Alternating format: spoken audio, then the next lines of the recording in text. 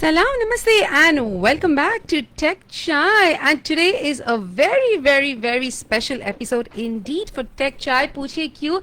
Kyunki Dr. Sam is himself live in flesh and blood, or should I say alive, in front of my eyes for the very first time. Dr. Sam, हमने कितने सारे shows किए हैं, but it has always been virtual.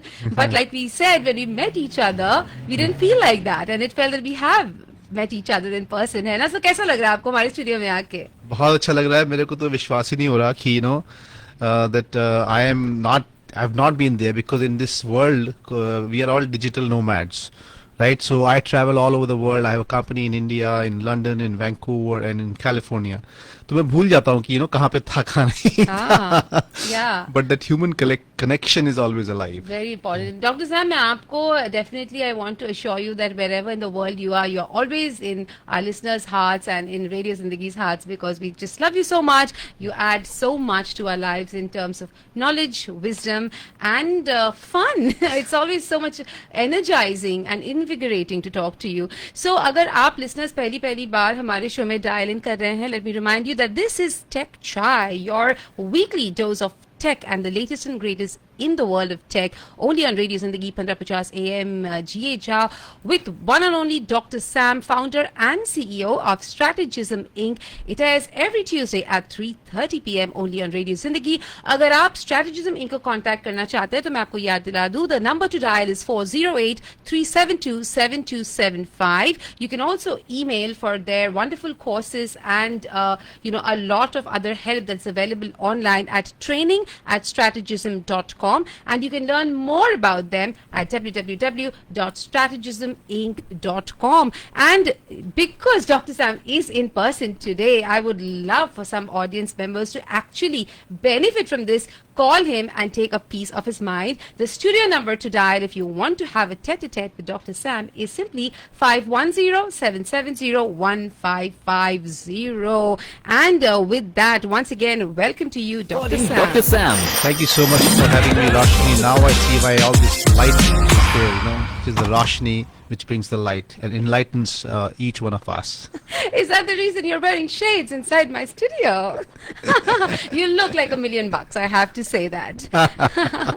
So, Dr. Sam, of course, like we've been discussing for the past few weeks, tech has, बहुत ज़्यादा उथल-पुथल चल रही है tech industry में, right? Layoffs are still continuing to happen in pockets. People are reevaluating their needs. Of course, there's the post-pandemic thought process about, return to work, remote work. There's just like a lot of instability, I would say, for lack of a better word, in tech. But also, vis-a-vis, there is this emergence of AI, which has completely turned the game around. So with that, is there a starting thought that you would like to start the show on before we go over to the much awaited techie of the week? Awesome. Roshni, I'll remind you, the first time I did a show on AI was 2016, and it was in this room. And I remember Seba was there, and one of your, RJs, and she asked me this question. Dr. Sam, do you really think we are going to lose 30-40% of the jobs? Of course, yes, 100%. So she said, this is just a talk, right?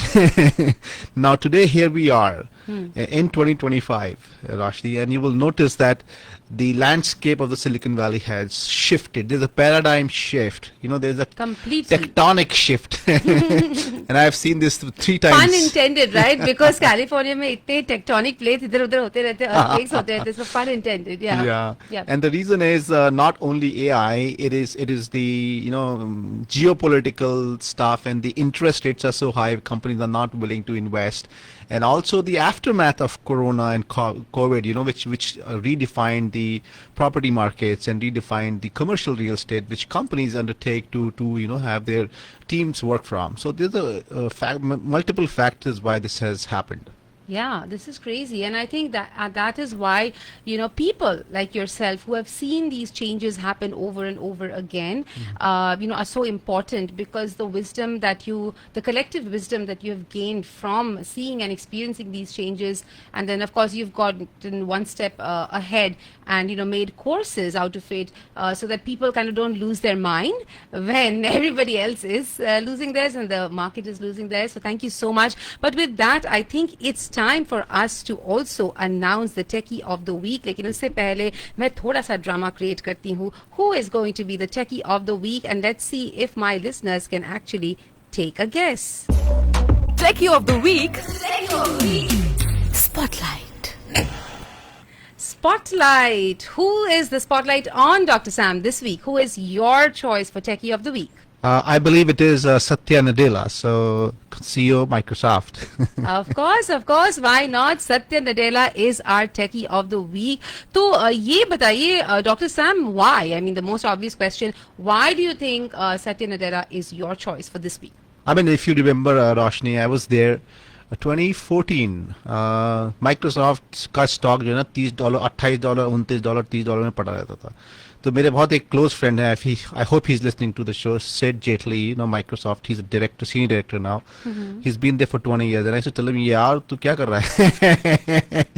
But today, look at it, 552, that is the highest value of stock, and it is a $4 trillion company, and all that, according to me, a lot of credit goes to Satya Nadella for having the right vision of the company, you know, and from the word go in 2014 when he was selected as the CEO, and continuous adaptation, you know, because it was a 50-year-old company, half a century-old companies are called legacy companies. It is very hard for them to adapt, right?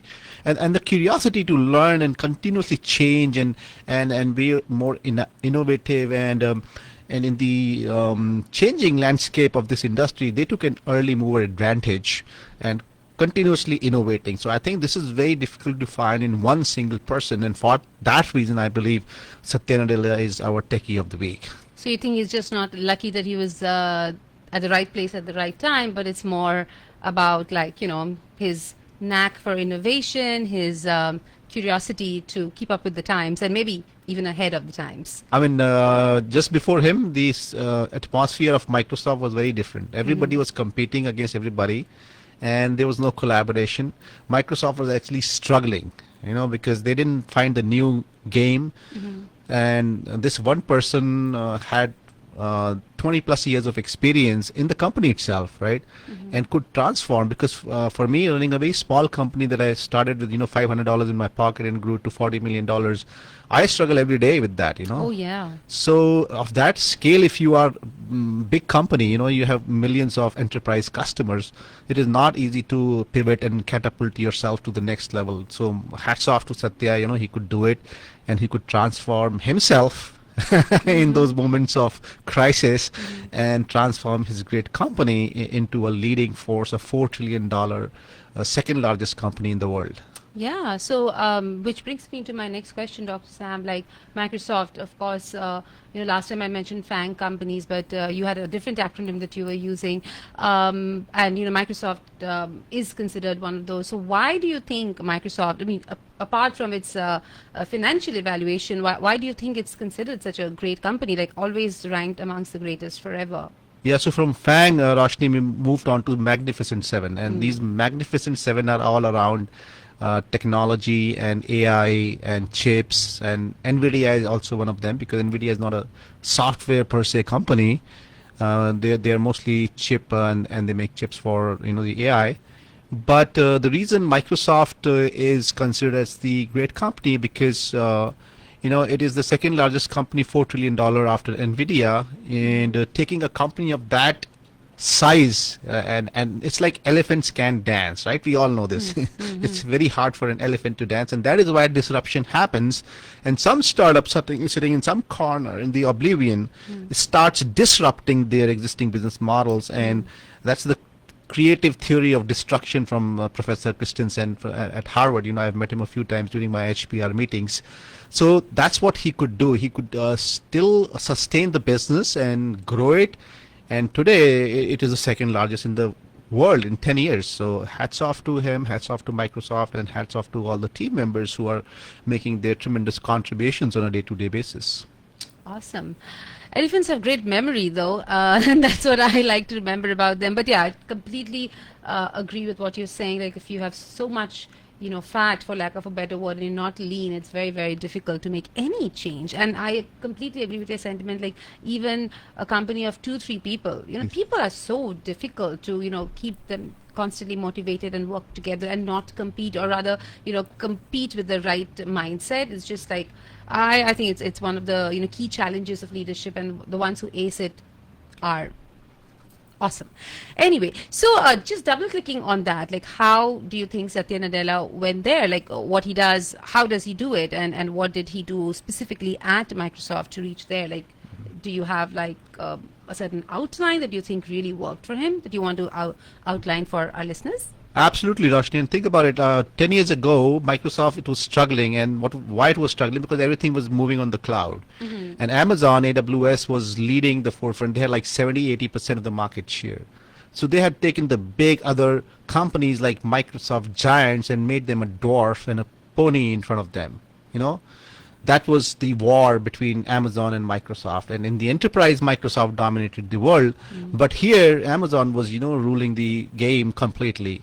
But Satya understood this very well in the life cycle of his leadership, and he said, "Okay, all right, guys, we are shifting to cloud." So they gave a motto like "cloud first, mobile first," because cloud was happening, and second, everything was moving on the mobile devices, right? That's what Steve Jobs said so many years ago. Everything will be on this little device in your hand. And I remember from my Indian days, कहते कर लो दुनिया मुट्ठी में, right? So everything will come in your fist. So that was the shift happening, that everything will be on cloud, internet, and everything will be in your palm, right? So it will be so small, you don't have to go to big computers like the supercomputer. Yeah. So he recognized that change, and then started competing with the big players like AWS and Google Cloud, GCP, because these are the three major players today. But that time Microsoft had less than 5% market share. And today they have completely changed the game, and now they are still second largest, but they're growing very fast. And a lot of their clients are embedded to them, right? They already have Microsoft products for last Right. 30, 40 years. Yeah, So they wouldn't want to change. yeah, they don't want to change. Nobody likes change. So create something and give it to them. Good, that's awesome. And what else do you think he did to transform the company apart from the cloud first, mobile first approach? So don't mind my saying that Bill Gates' model was how to make money from licensing, हाँ, right? बिल्कुल सही। So हर चीज बेच दो. जी, हाँ, हाँ, अगर बेच नहीं सकते तो काम की नहीं है. If you can't monetize it, it's not worth it, right? This is my understanding. So from there, the biggest shift happened, Roshni, was the idea of opening up Microsoft platforms and opening up the ecosystem, open sourcing, right? Which was not very popular thing, because earlier whoever tried to do that, Microsoft would kill it or acquire it, right? Because they're the size. When you're a $1 trillion company and you try to compete with me, I can't stand it, because you can lower the prices, or you can provide so many features and services to the client that the client has no other choice. Right. So that's what they did. They opened up Linux to their Azure. They had partnerships, and they worked on many cross platforms instead of just being married to Windows as a silo. So kind of opening up the system. Yeah, so they kind of probably learned from their experiences too, right? I mean, honestly, I also feel like that. Like, opening up just helps. It's just better for the collective. But then, of course, these large companies are hesitant to do that. But so that's a great point out there. And also a strong product line, because not only they had Windows from the beginning, they added the Office 365, and they bought LinkedIn, and they had GitHub. So all that community and the ecosystem itself was kind of feeding into the other, and it was nurturing and building the whole profile of their portfolio. Yeah, and one thing, I of course haven't worked at Microsoft, but I have worked with integrating their products. One thing that I always feel is that they don't give up easily. Like, I remember once I was working on this OAuth integration software, and it was very easy to hook up with Gmail, Google OAuth, and the other vendors, but not with Microsoft. They had like a very bulky setup system. बहुत सारे settings, network settings set करना पड़ता था, and people would often get it wrong.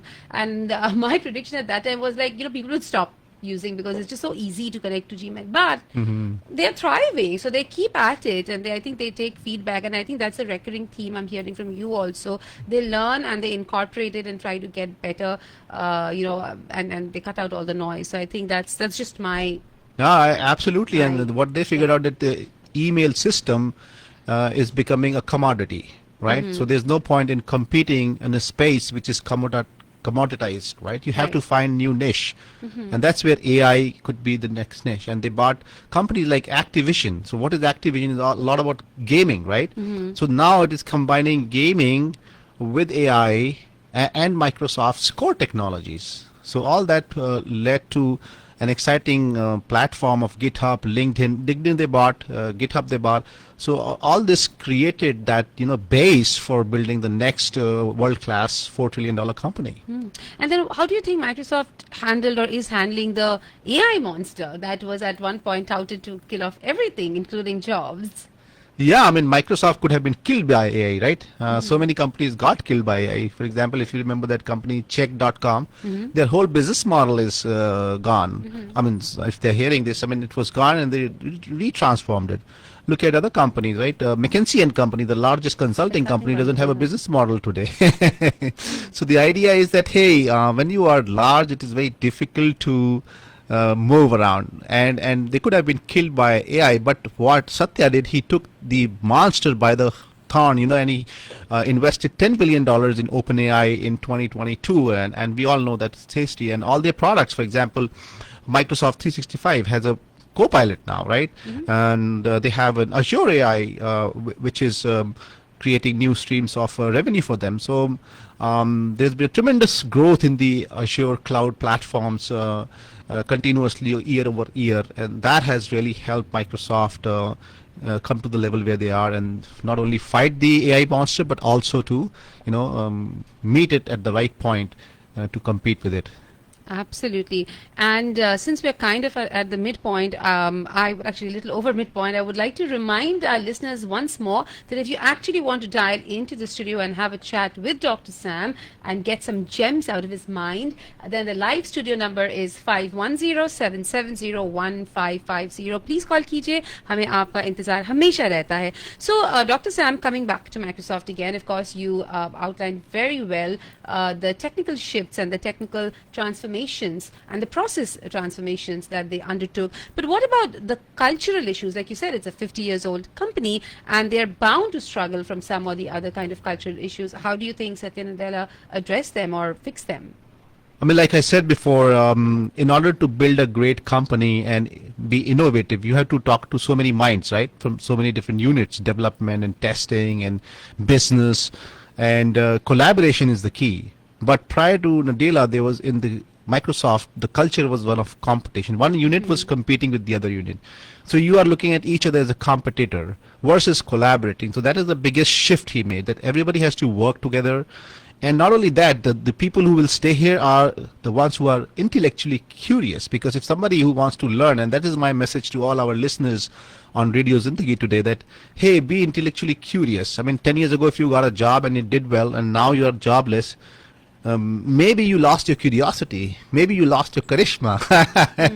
So keep that alive. That is the biggest asset of a human being, right? Look at Amitabh Bachchan. He was filing bankruptcy at 60. Yeah. And today, in 25 years later, he's still the icon, Yeah. right? Because he kept the charisma alive. He left the passion alive, and he figured out what is the next thing. So I think this culture of collaboration, innovation, curiosity, constant learning, and not competing with each other led to the cloud plus artificial intelligence and gaming and enterprise products, which led to the success. Absolutely. I do want to add, though, Dr. Sam, having some friends in that space who had, been affected by the layoffs that have, that kind of started happening rampantly at the end of the pandemic. It is very easy, it is very easy to get into that dark space, that hopelessness, because, at one point there were literally like no job openings. Like people would actually, they want to spend the time keeping up their curiosity. They want to spend the time, keeping the passion alive and learn, but there's no job in the market. And what do you do? And, it is not easy to keep up that flame alive, but I think it's a good reminder. And whoever is in a position to help and remind people, I would say do that, because just hearing like the moment you say that, it reminds me that it is important to not get bogged down by mishaps and failures, and just to keep it alive, because honestly that's what human life is all about. So my 2 cents here, Roshni, is that crisis, creates opportunity. And your worst crisis in life is your best opportunity because it will push you so much. Yeah. It cannot be wasted. Absolutely, very beautifully said, Dr. Sam. Absolutely, crisis is your best opportunity. तो doctor Sam ये बताइए, आपने तो पूरा मतलब you did a mini biopic on सत्य नडेला, लेकिन इससे हमारे जो techies हैं, हम जैसे लोग, वो क्या सीख सकते हैं? And how do you think techies can get certified in Microsoft technologies and make more money or recover from job loss? Do you have like anything specific? I know we already touched that point, but anything specific that you want to add? Yeah, absolutely. And think about it. I'm just going back to Satya Nadella and saying, hey, if he can do it for such an enterprise, you can do it for yourself, right? And I can do it for myself, and Roshni can do it for us, and the radio Zindagi can reinvent itself. Any organization or institution has the inherent capability of reinventing and redesigning themselves and repositioning in the marketplace. So I believe, any techie who lost, and I get so many calls, Roshni, nowadays that, oh, I worked for 20 years, I went to IIT, and I gave my life to America, and I don't have a job for last 1 year. Yes, it's Yesterday, very I met a common very sentiment. lady, at Starbucks here, a very old friend, and she doesn't have a job for a long time. She worked for JP Morgan Chase, an agile coach, and various other companies, but right now she's struggling. So I would say, in summary, adapt fast, be always willing to learn new things. Whatever you know and got you here will not get you tomorrow. So don't sit on it. Your old goal is not going to be your future diamond. You have to build your new diamonds. Your past will not get you your future. So continuous learning, upskilling yourself, getting the right mindset, because the mindset is all about collaboration, curiosity, and empathy, because empathy is a very important skill, but I notice that it's very less in this society because everybody is willing to blame everybody else for their failures. Yeah, and that is just so sad. That's something that I think about at least once every day. That how people forget to be empathy. और सबसे ज़्यादा जो irony मुझे लगती है is that people expect empathy, but they don't know how to give it. Empathy. So that My one of the problems are biggest- always bigger, Yeah. but others' problems Ah. we don't see. People forget that everybody is fighting, a hard battle, and everyone has their own hell to deal with. So just be kinder. But yeah, anyway. So, Dr. Sam, koi specific skills hai in the Microsoft technology space that you would recommend people should kind of, pull their socks up and get trained in? Yeah, think about this AI and security and the normal product stuff. So if you want to get certified in MS Azure, you can do AZ 900, which is a basic fundamental certification. If you are on the admin side and you have interest there, you can do AZ 104 admin certification. If you are a developer and you want to stay in that role, you can do AZ 204.